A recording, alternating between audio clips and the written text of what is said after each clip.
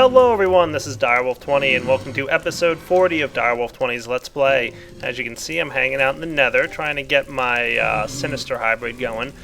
My common Sinister hybrid turned into a common queen, and because the common queen wouldn't survive in the Nether, I had to go out and get myself a new type of princess, so I went with a Diligent this time.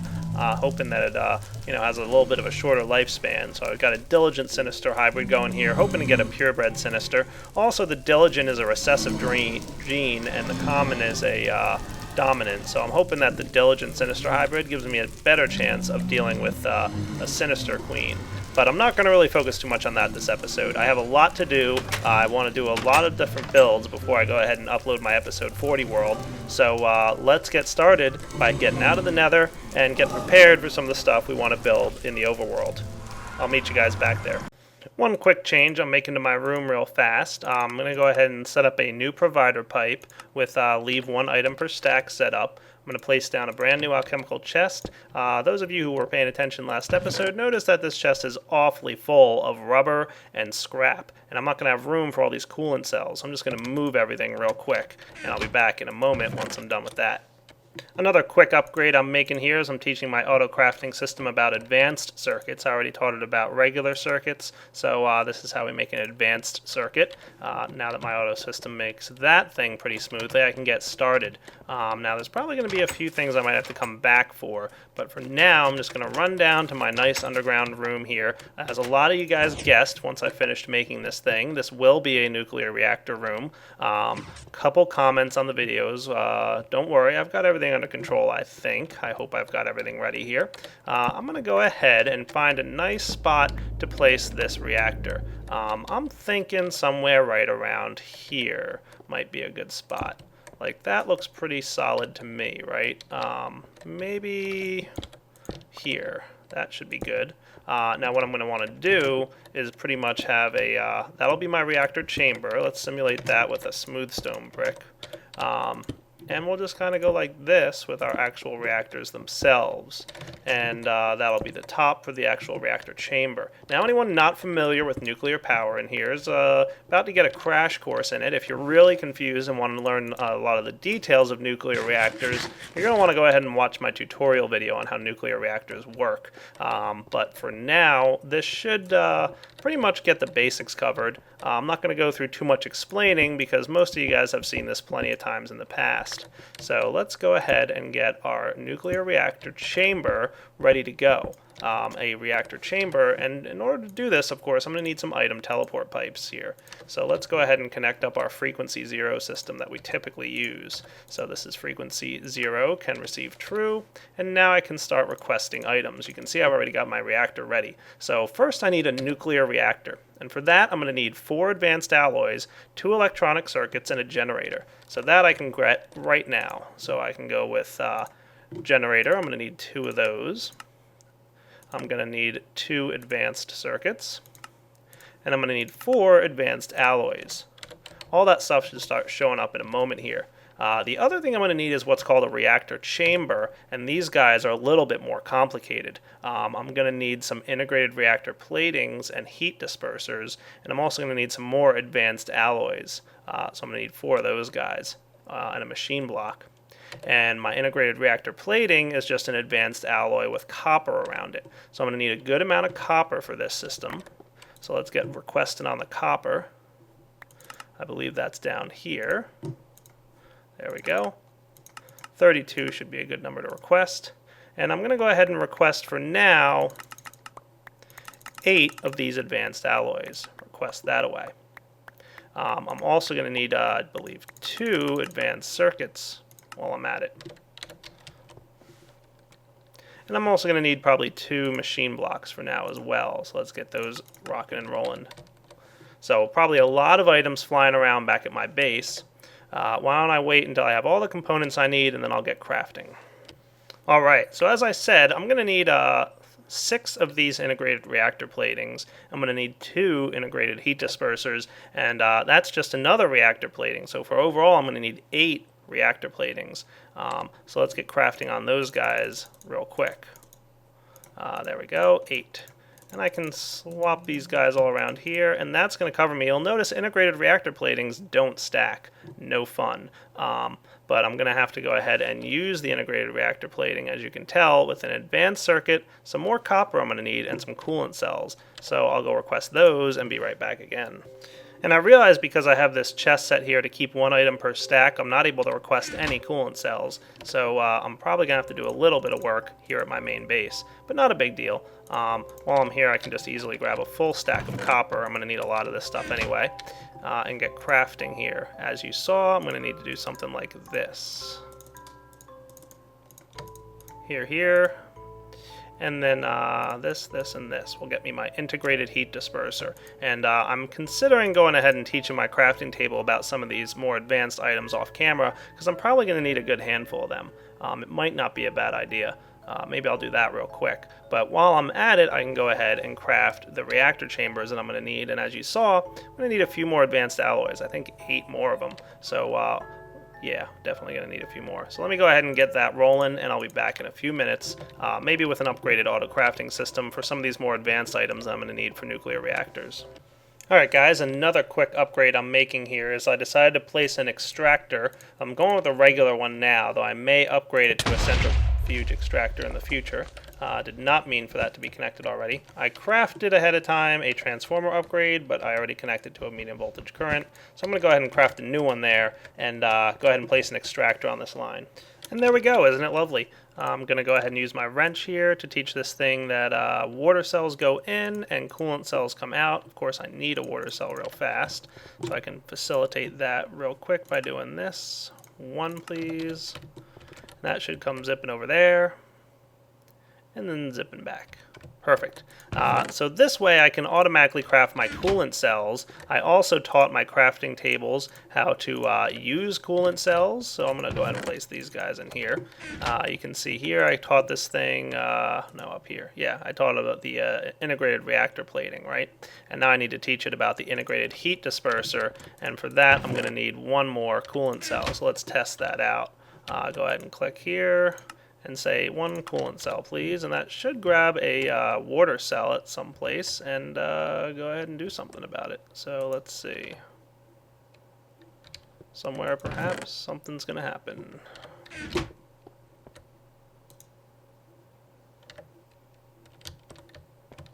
Did I misclick? Probably. Request. Oh, der. That'll do it, right? There we go. Water is going to zip out there, come all the way over here, and pull right back out. Perfect. And now that I'm going to have 2 of these guys, I can go ahead and teach this integrated reactor plating recipe to this guy. I just need one of these. So what's this thing? I'm going to need some copper as well, which I should have on me. And an advanced circuit, which I made ahead of time. Cool. Yeah, I kind of did this all ahead of time. I'm smart. I was prepared for a change. Not prepared to mix up the recipe, though. Oh, right, integrated reactor platings. I did have one of those somewhere. I think I left it in one of my chests. I know what I did with them. My integrated reactor platings were eating up my inventory space, and as a result of that, I put them all right in there. So now, because I'm going to be needing a lot of this stuff, I went ahead and taught it to my automatic crafting tables. Plus, they're kind of a nuisance to craft as they don't stack with each other. That is a pain in the butt. So let's go ahead now that I've got everything I kind of need and start crafting up my cool stuff. Now, as you recall, I was working on a nuclear reactor, right? So let's actually look at the reactor chambers, because I'm going to need 2 of those. And that is a machine block in the middle with integrated reactor platings. So let's go with that. Machine block in the middle, integrated reactor platings, and an integrated heat disperser, and some advanced alloys. Gets me my reactor chamber. Awesome. And I'm going to need 2 of those guys to create my first nuclear reactor. Huzzah! Now the nuclear reactor, of course, I needed these 2 reactor chambers. And I'm also going to need the 2 advanced circuits and the generator in the middle. So let's place that guy there. The advanced circuits, these things, and some advanced alloys all around the side gets me my nuclear reactor. Nice. I don't know why I have 2 generators. I forget what that was all about. Maybe I was just being silly. But we'll just throw them into our sorting system. They'll land in my overflow chest along with some other miscellaneous junk that I don't need at the moment. So, now that I've got my nuclear reactor, let's get down there and start working on crafting up a really cool nuclear reactor system. Or at least what I hope will be a really cool reactor system, because if it gets too hot, bad things happen. And I do at some point need to hide that button somewhere. Where it's sitting right now is not ideal. But, hey, this is cool still. Did I take my boots off or something? Yeah, I don't know. So you can see I did use a portal to get back to my base a minute ago, but that should be alright. Nuclear reactor time. Woot. Now there's a lot of stuff that's going to be required here before I really get started with this. As you can see, my nuclear reactor has a little inventory space. This is how you control your reactor. By putting different items in here, you're going to have different outcomes. You can put uranium in here to create energy, but it also creates heat, and you're going to have to put some items in here to help cool down this reactor to prevent heat from building up. And if you get too much heat, it's going to explode. Of course, it's a balancing act because the more uranium you put in, the more energy you get out, but also the more heat. So you have to kind of figure out a way to keep this thing nice and cool, but at the same time producing a good amount of energy. So that is the trick we're going to have to learn. Now the other thing I'm going to have to do is expand this nuclear reactor. Right now it's only got the 1 chamber, so that gives me only 3 columns here. So let's go ahead and request a few items that'll help me out. If I go ahead and check out my reactor chamber, I'm going to need another one of these guys, and 3 of those, and 4 advanced alloys. So let's get to requesting, and maybe I'll be right back in a minute once they're ready. But I'm going to need the machine block.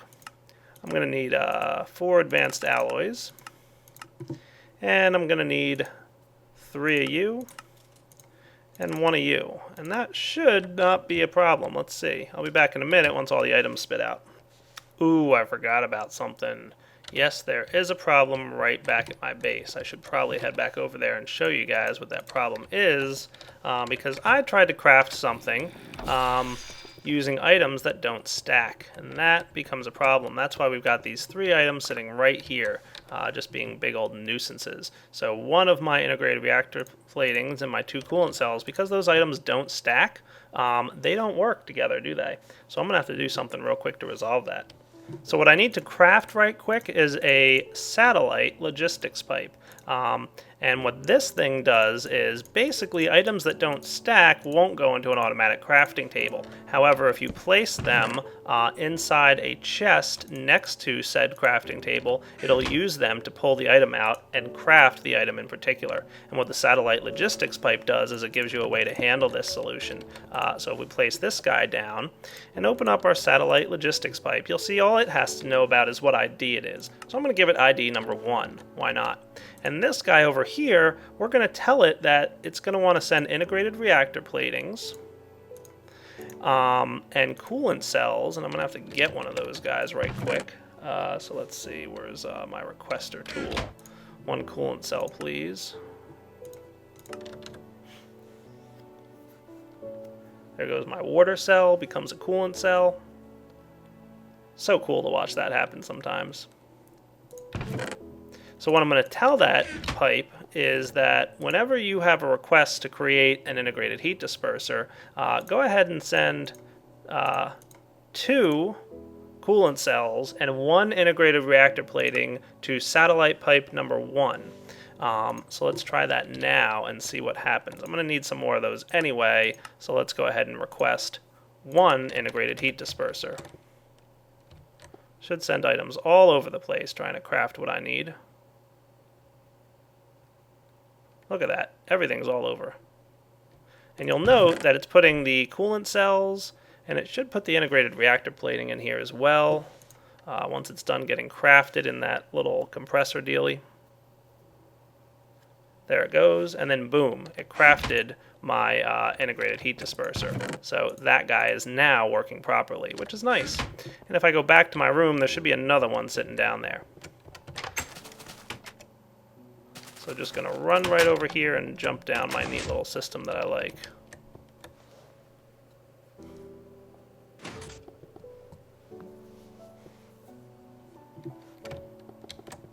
And there it is, the one that I crafted a minute ago. Now what I'm going to do with these guys is craft another one of these machines that you saw me craft a minute ago, the reactor chamber. And reactor chambers are going to basically let me add on to my nuclear reactor. You can see now I've got a fourth column, and I can put one on top, on every other side, so I need 5 more of these reactor chambers, and of course it's probably going to be boring to watch me do this for the next few minutes, and I'm trying to get a lot done this episode, so I'll be back. Alright guys, look at that, nice and fancy. Got myself a pretty spiffy looking nuclear reactor here, just hovering up in the middle of the air. Now, those of you who watched last season know that I surrounded this thing with a bunch of blocks that will resist explosion. Those guys are called, and I'll show you right here the recipe for it as soon as I can find it real quick.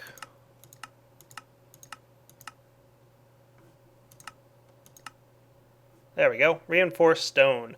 This stuff is really, really explosion resistant. You're going to need to put about 3 blocks thick, maybe 4 blocks thick, around your reactor to try and prevent and encase it in the event of an explosion. However, Direwolf's not doing it that way this time. This time I'm going to do it a totally different way. I had plans to do it this way in my last season, but I never did get around to doing it. So this season I'm going to start off with that. So why don't I get ready to build what I need to build to protect this nuclear reactor from explosion, just in case. Now the other thing is, you might be wondering, what type of nuclear reactor am I going to go with here? And you can see I'm in cheat mode because I was testing something in my test world just before I started recording this. But the type of nuclear reactor I'm going to go with is going to be pretty similar to the design I used last season, probably identical, at least first. But I do plan to build a caustic reactor at some point in this season, maybe in a little bit later in the episodes. At first I want to go with a pretty basic reactor and just get the basic components together, and then I'm going to go caustic in the future. So why don't I get ready to protect this thing, and I'll be back in a few minutes once I have all the required components. Alright guys, something I'm crafting real quick here. As you can see, got some items ready for it. The electrolyzer. This is a neat machine. Basically it expands the storage capacity of your MFE and MFSU, and even I think bat boxes. All you gotta do is place it down right next to the MFE, and then you gotta put some water cells in it. So why don't I go request myself a handful of water cells. I'm gonna need a good number here of these things. Why don't I request, I don't know, 30 of them. Request please.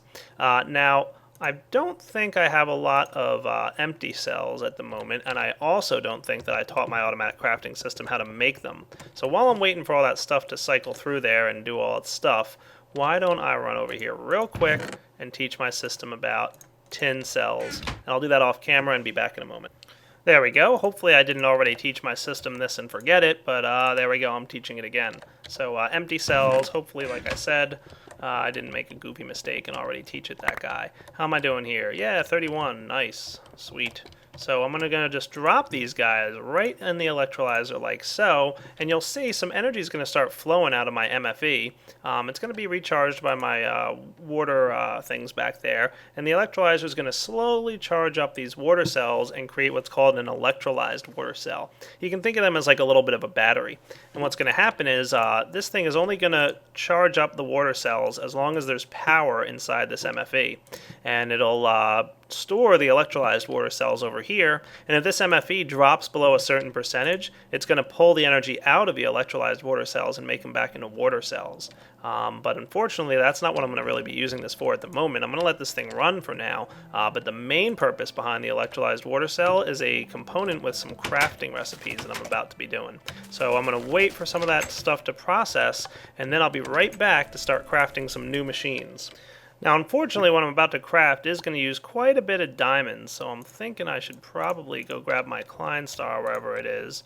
It's probably hanging around here somewhere. Did I leave it in my transmutation table? No. What did I do with that thing?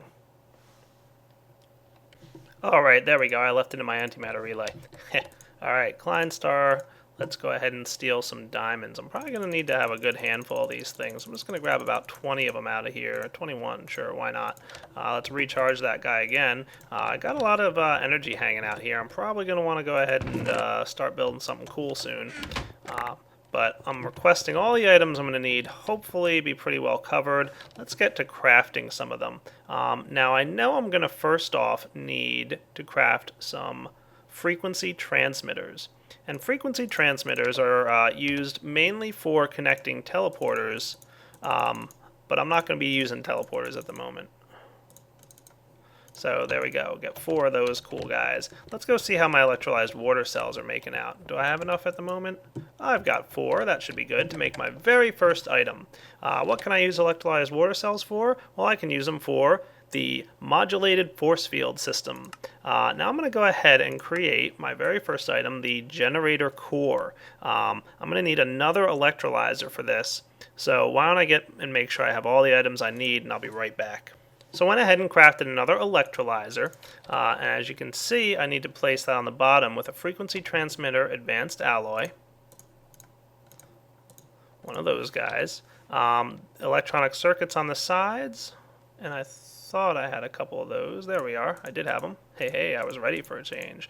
And there we go. I've got my modulated force field system generator core. That's the very first item I'm going to need here. Now, if I open up NEI here, you can see there's a bunch of different force field options available. So if you didn't see my last Let's Play, be prepared, because I really enjoyed these force fields. You guys knew I was going to add them eventually.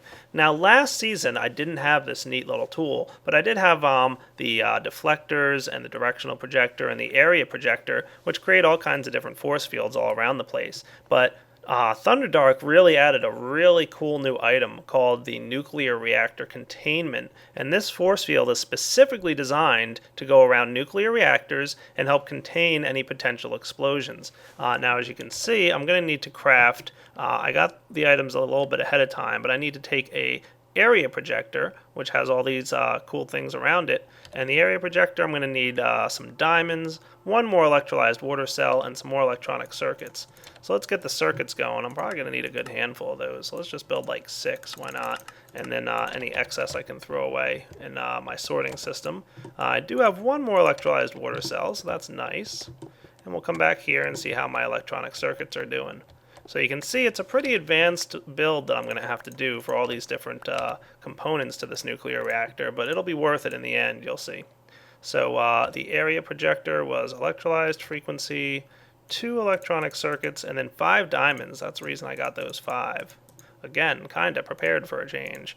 I'm also going to need an EU injector, which is going to require 2 more electrolyzed water cells and a bat box in the middle. So why don't I get ready to make that? I'll be back in a few minutes. Alright, let's craft up the nuclear reactor containment piece since I've already got my force projector thingy. So some carbon plates with some advanced alloys, was it? And an advanced circuit. There we go.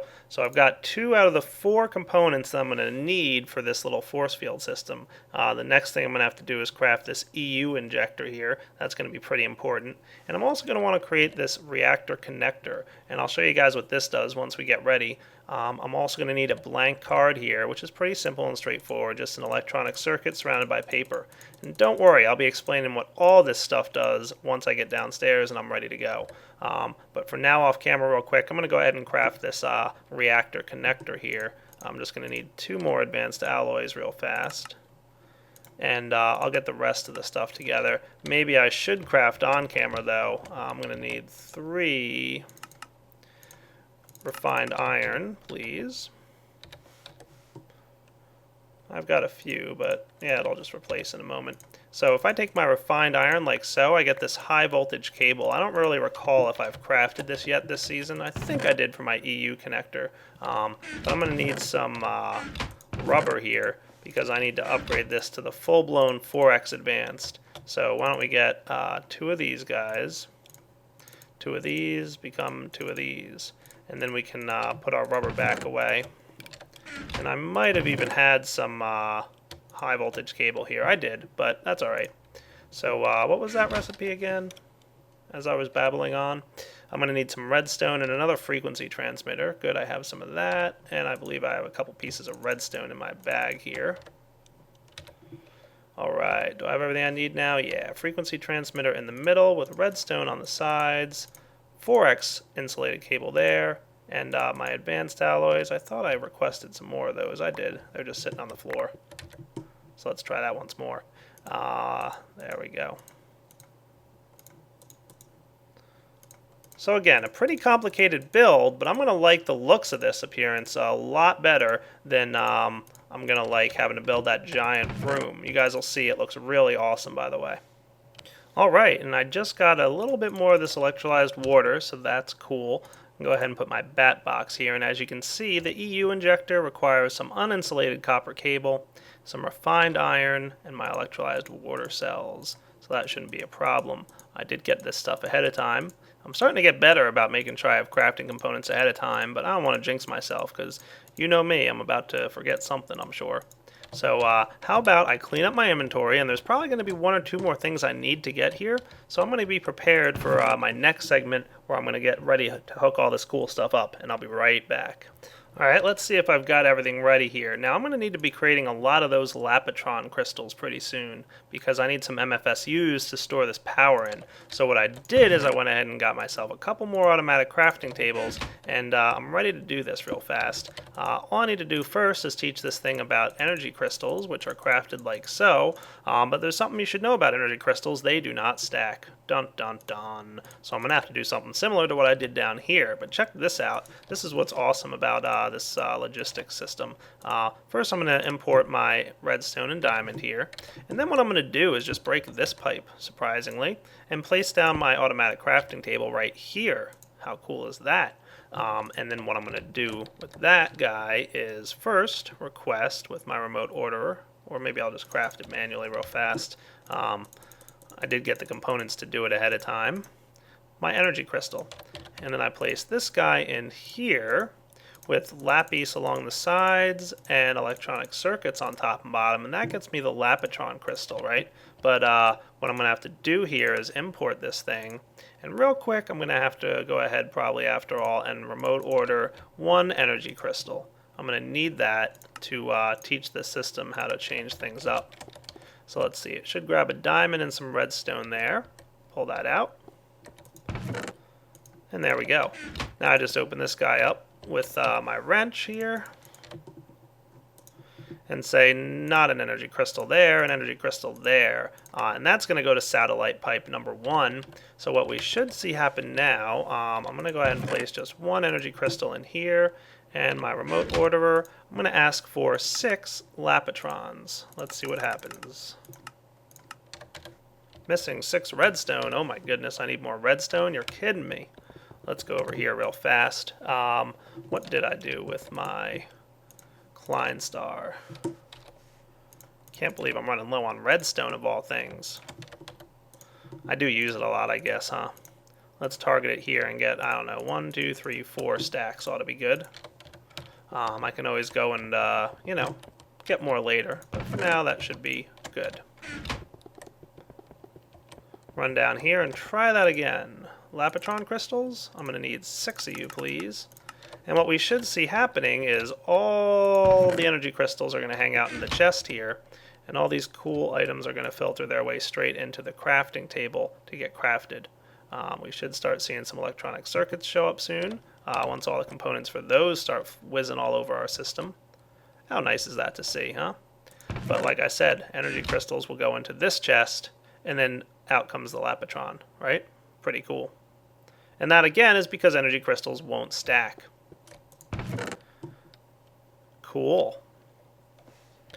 Now I should be able to request one advanced machine block, one machine block, 6 of these Lapitron crystals, which I already have, and I'm going to need an advanced circuit. And I'm also going to need, I believe, 4 copper cables and 4 energy crystals. And I'll be back once all this stuff is done spitting out.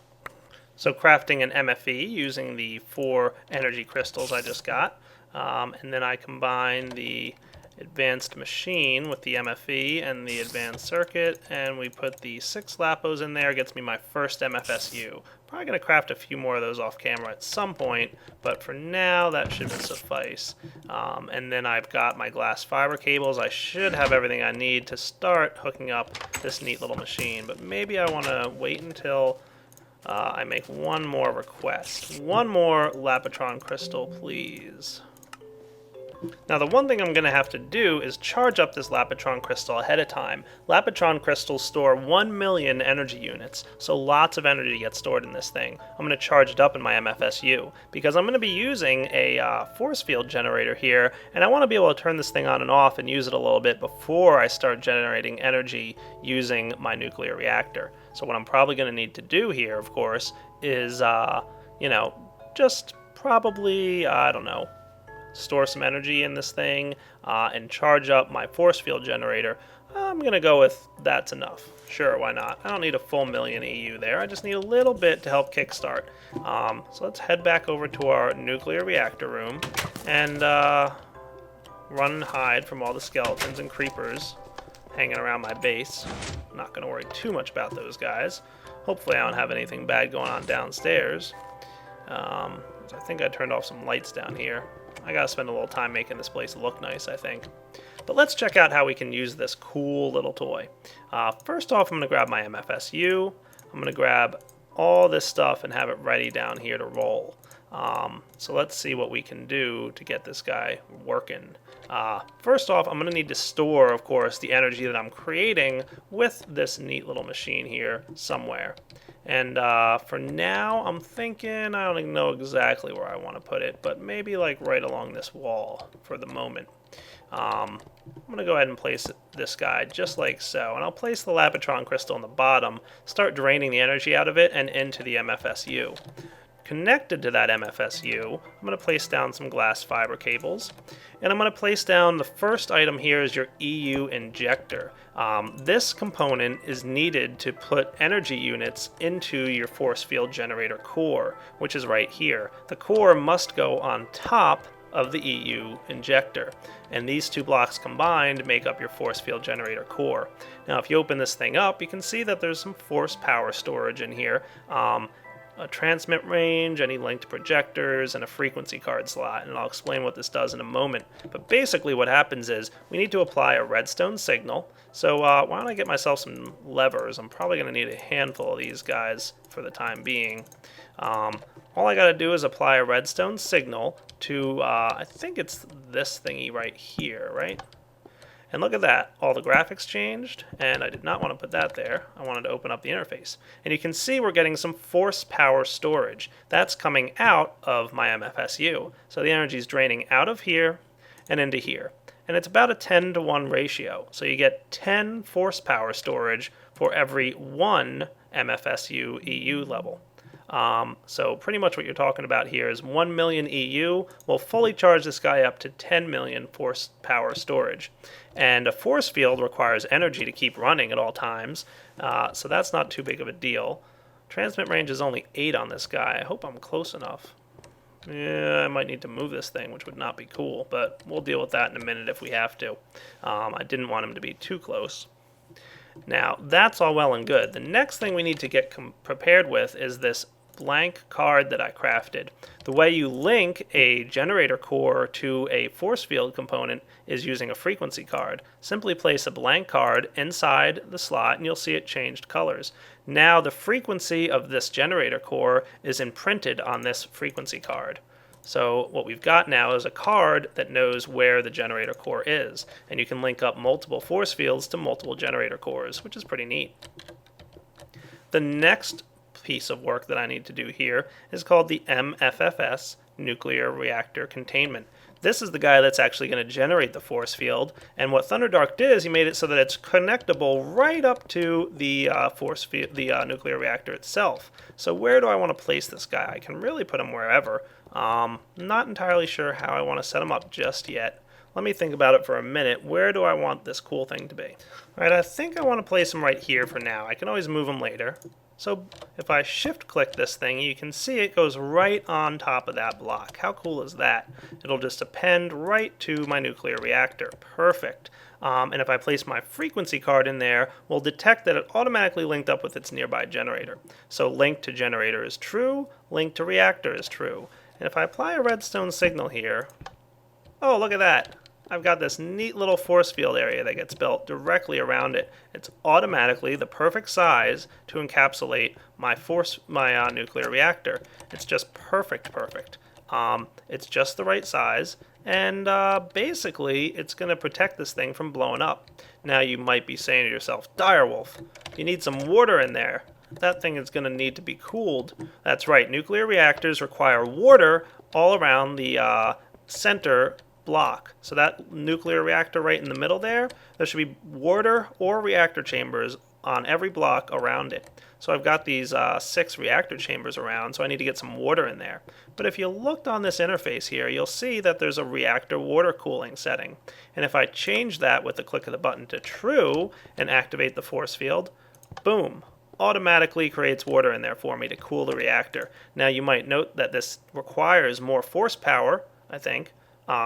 So, keep that in mind. It's going to require more energy to create that water in there. But that's just a nice little way to automatically cool off your reactors. And it also makes it really convenient to be able to turn it off, get in and make changes that you need to make, and then get back in there.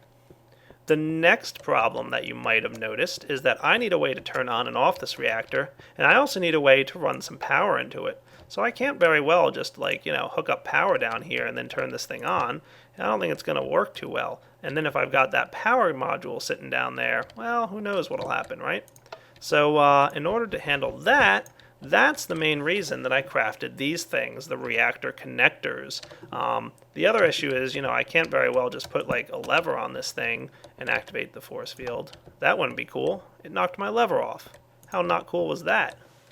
So what I'm probably going to need to do is first off craft another lever, which it just broke on me. And then I'm going to need to connect up my MFFS reactor control. I'm going to place it right over here, I think. And the little green light in the middle means that it's connected. It doesn't have an interface, so I can't right-click on it. But I can put a lever on it.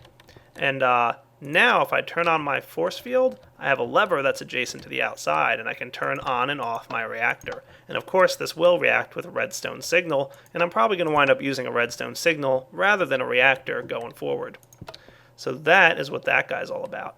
And I think if I connect this guy down here, maybe I can run my signal to it with power and whatnot. So what I'm going to do is just go ahead and start running this cable down. Probably going to want to run him over here for the time being, but in the future I'm going to move him. I'm going to need some more MFSUs in here, but for now I think we're cool to just do this. Dun dun dun dun dun dun dun. Ta-da!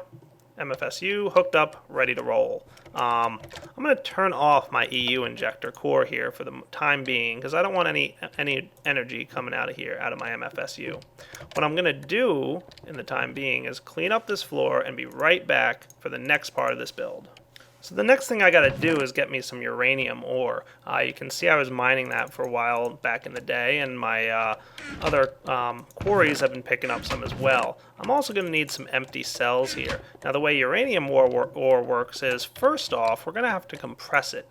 So place your uranium ore in your singularity compressor, and you're going to get refined uranium, which is all cool and everything. I think that fourth one probably went down to my default route down here because it was pulled out by my extractor. That's fine. You combine your refined uranium with empty cells, and you get a uranium cell. Sweet. They also do not stack. Why don't we go take them down to our reactor down there and see what they're going to do.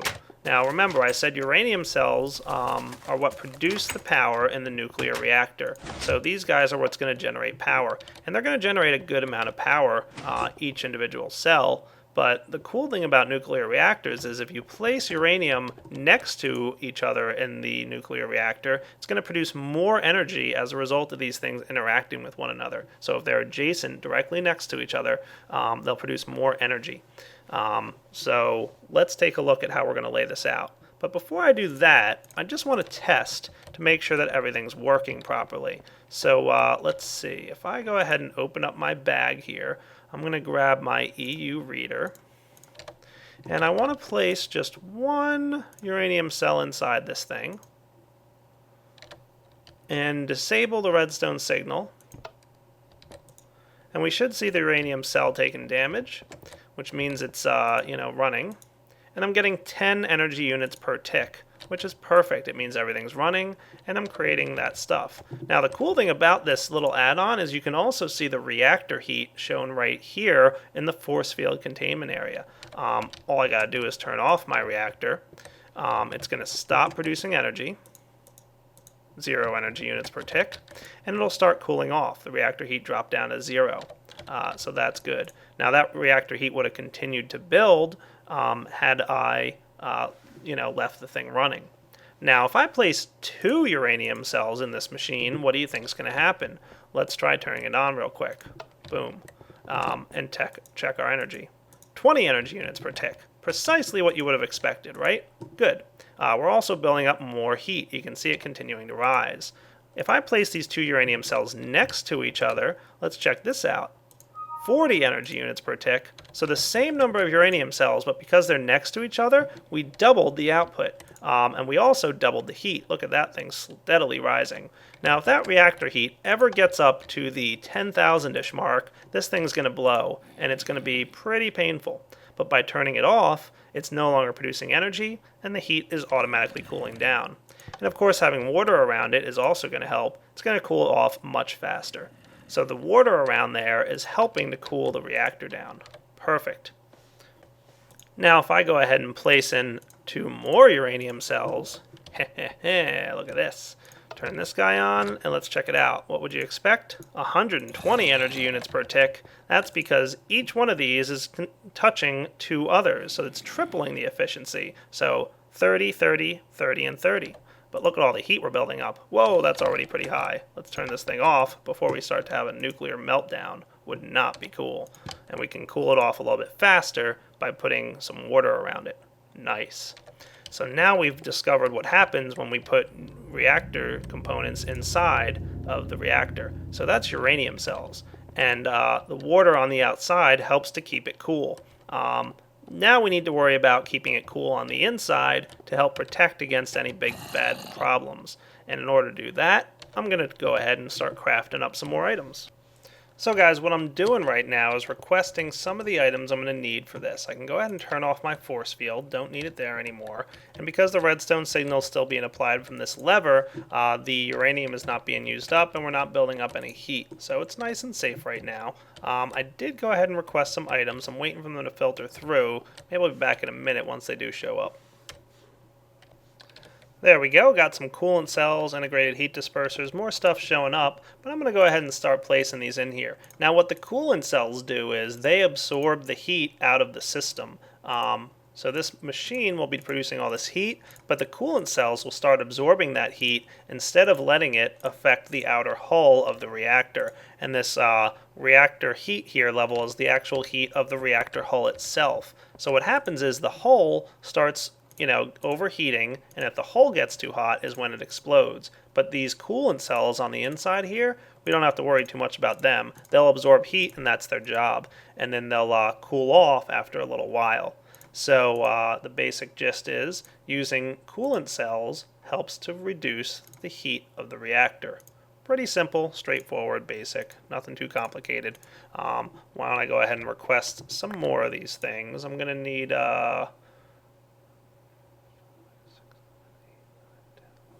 I'm going to ask for 11 more of these. That should work for me for a few minutes.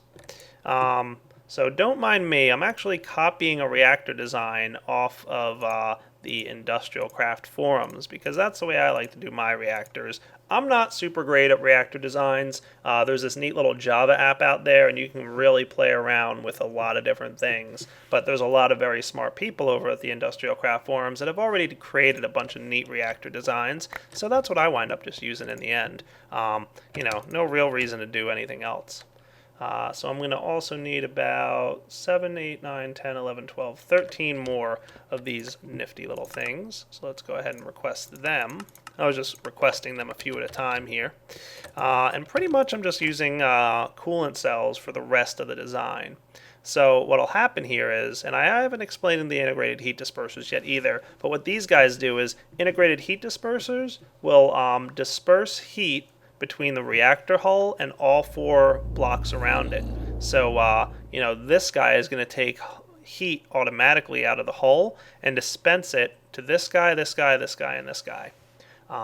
And the heat generation is a very complex math craziness. The basic gist, if I remember from my own tutorial that I did on this, I do have a tutorial up where I'm a lot more prepared to talk about all the math behind it. You can check out my nuclear reactor tutorial. But the basic gist here is these uranium cells produce a certain amount of heat per tick, and the coolant cells will absorb that heat but also cool off at a certain number per tick. And the reactor design I'm using right here is what's called a Mark II reactor. Mark I reactors can just run forever, and they'll always produce less heat than they'll be able to dissipate. So basically they will never have a overdose of heat. It'll never produce more heat than it can be capable of cooling. So this reactor heat number would pretty much always stay 0. A Mark II reactor is one that produces enough heat to build up a heat level, but it won't get to the explosion point before the uranium cells are depleted. So these uranium cells will eventually run out and the reactor will automatically shut off, and that'll happen before we get to 10,000 heat. So it has just a little bit too much heat generation. And then of course there's a Mark III, which produces even more heat to the point where it can't run one full cycle. A cycle being defined as the time it takes uranium cells to be depleted. So you might be able to get half a cycle or 3/4 of a cycle before it builds up too much heat to explode. And what you might want to do is have a redstone timer that automatically turns this thing off. And then Mark IV and V last a lot less time, and you definitely need some crazy mechanics to keep that guy going. But I'm going with a Mark II here, which means I'll be able to turn this on and not worry about him. It's the same reactor design I used last season, but like I said, I'm planning to go with a Cosmic reactor at some point. Just that's a lot bigger build and a lot more complicated. The components behind a Cosmic reactor are that you can use buckets of water or ice to automatically cool off your nuclear reactor. So if I were to put a stack of ice in here, it would automatically cool this thing off. And there's of course a bunch of different ways of creating ice. Probably the easiest way, and possibly considered maybe a little bit cheatish, not really cheatish, but a little bit sneaky. You could use a condenser from Equivalent Exchange to produce ice and just pump it directly into the nuclear reactor. But of course there's some more advanced ways to do it. I haven't decided how I'm going to approach it yet. So let's go ahead and turn this machine on. Nice and simple, flip the lever here. Now remember how fast my uranium cells were producing heat a minute ago? Let's turn this guy off. And notice that everything is starting to get a damage meter on it. So my coolant cells are building up some damage, as well as my integrated heat dispersers, but look at the reactor heat. It's slowly building up. And that's what it's going to do. Now this guy is designed to be run with water around it, so by turning this lever on, it's going to be building up even slower. Look at that. So we're barely building up any heat, but it is a steady rise. Pretty cool. And we are producing, as I mentioned to you guys, according to my EU reader here, an average of about 120 energy units per tick. Now, this guy in the end here is going to create an overall total energy unit amount of 24 million EU, which is a lot of EU. My MFSU can only hold 10 million, so I'm going to need about 3 MFSUs in order to hold all that energy. So why don't I go ahead and get crafting on those guys, and I'll be back in a few minutes here to finish this episode up. So you guys can see all this crazy components I needed to craft here to get ready to make 2 more of those nice MFSUs. Stores a lot of energy, which is exactly how much I'm going to need to store. If I just push these guys in here, I should get 2 more MFSUs. So let's go down back to our reactor and check it out. I'm probably going to want to disable the thing for a moment maybe, just to make sure everything's groovy. I also need to make a minor change to that little laser system that pushes me back to my base. It looks like it's only working about half the time. So might make that little change off camera here. So I'm just going to turn this guy off for a minute. You can see the reactor heat didn't build up too much while I went and crafted that. I'm just going to grab this piece here and this piece here.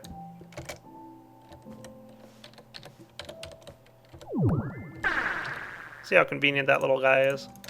And go ahead and put them right here. And what I'm hoping is I can do something like this. I hope I'm right on this front.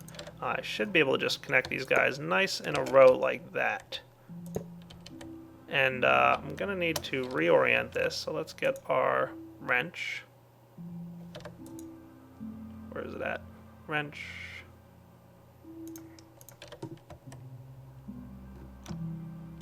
make sure it's in lossless mode because I don't think MFSUs can be destroyed, but just want to make sure. You never know.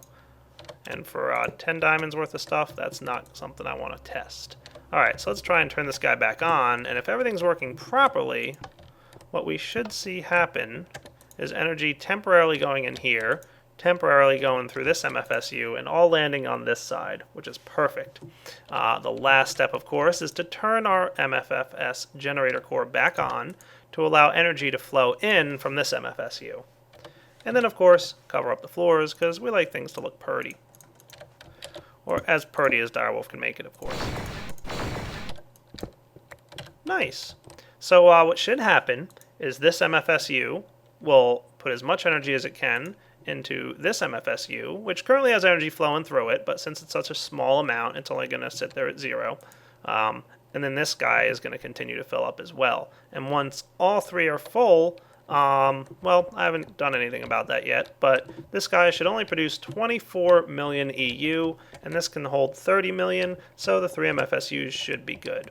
And I think this is a pretty good wrapping up point for this episode. But before I do wrap up, there's probably 1 or 2 things I can do real fast. I did pop back into the Nether where I started the episode out at. My Diligent Queen, as I mentioned, is not proceeding to do anything because I was out of the Nether. As you guys recall, the Nether is unloaded as soon as you leave, so you're not going to have any progress on growth of anything happening in the Nether.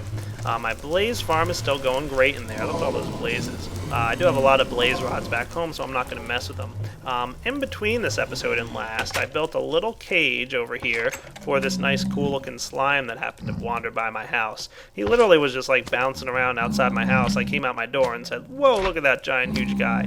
So all I did was create a nice little stone square area here with some lights, picked him up with my nifty little portal gun and dropped him inside this room and then put the roof on top. So nothing too exciting, but it was neat to see this little slime come by. So he is now my prisoner, and I can go visit him. He might even just be my pet. And the zombie pigmen that are in there, they just spawned in there all by themselves. So, nice. So they, I guess, are just going to keep him company for a little bit. So let's see if I can manage to get myself a purebred Sinister Queen before I wrap up this episode. And if I can, that would be a nice parting gift to give you guys for my World 40 download. So I'll be right back, hopefully, once this guy is ready to breed and become a purebred Sinister. Yeah, I just had a neat little idea while I'm waiting for this Sinister Queen thing. Is it done, by the way? Almost. Come on, dude. Die off so I can do cool things. Let's see. I had glowstone in here as my target. I want to get some glass so that I can target glass and maybe charge this guy up on light level. Let's see. If I do something like this. Transmutation mode, of course. Holy cow, look how many bad guys are in there. That is scariness. Just awesome amounts of scariness. Whoa! They're all over the place following me around trying to get to me. But I will laugh at them because they cannot. Haha. Alright, did this thing die off yet? Yeah, it did. Diligent Princess, Diligent Sinister Hybrid, and Diligent Sinister Hybrid Drone. Cross your fingers, come on, good chance, give me a Sinister Queen. Diligent Sinister Hybrid again. Oh well, I'll be back after this thing dies, like 20 minutes of my time, through the wonders of editing, hopefully only a few seconds of your time. Alright, look at that. Placed my Diligent Drone in the bottom and my new Diligent Sinister Hybrid Princess. Cross your fingers. Darn it, another Diligent Sinister Hybrid. Wow, that sucks. Well, guys, I decided to give up on waiting around in the Nether for that Sinister Queen to show up, but I will drop a little hint. I did get a nice little new bee, and you're going to have to go discover it yourself if you download episode 40's world. So there is a nice little secret hidden bee waiting around for you guys to go find him. Let's check on my nuclear reactor here. Yeah, see, nice and low amount of reactor heat, not building up too much. You can see my MFSU getting a good amount of power sitting in there. I never did move my Lapatron crystal out, but that's fine. This thing, of course, wasn't running while I was in the Nether, so not much going on. Gonna zip back up to my house there. Nice. So guys, I think this is a pretty good wrapping up point, I'm sorry to say, on episode 40, though I did get it to almost a full hour long. Got a lot done this episode, got my nuclear reactor running, got a whole bunch of additions over here to my auto sorting room and everything, and even got some cool stuff happening down in the Nether for you guys to check out. So I'm going to go ahead and sign off on this episode. As always, I'll have a world download available in the forum thread, so just follow the link in the forum thread in the description of this video, and you'll be able to find my episode 40 world download. In there will be all the config files for all the mods I use, as well as a text document link listing all the mods that I've got installed. I won't make a mod pack, I'm sorry. I really don't want to harass all the mod authors for permission to make a mod pack, and that's really what you should do if you're going to make a mod pack, is get the permission of the authors who actually put all the hard work into coding all this crazy stuff, because all these mods are a lot of work. So we should really support the mod authors, download the links that they supply you with, and get the mods yourself, because that helps them out. And I don't want to make a mod pack because, frankly, I don't want to, harass those guys and ask for all the permissions that I would need to do. Definitely will not be uploading my .minecraft. I get a lot of requests for that, believe it or not, but that is illegal to do, so I cannot upload my .minecraft folder altogether. So you'll have to just download the mods yourselves, and by giving you the config files, it should do most of the work for you. So as always, I hope you guys enjoyed episode 40 here of Direwolf20's Let's Play. Download the world and check it out, and I'll catch you guys next time in episode 41. I've got a lot more stuff planned, so stay tuned. Take it easy, everybody.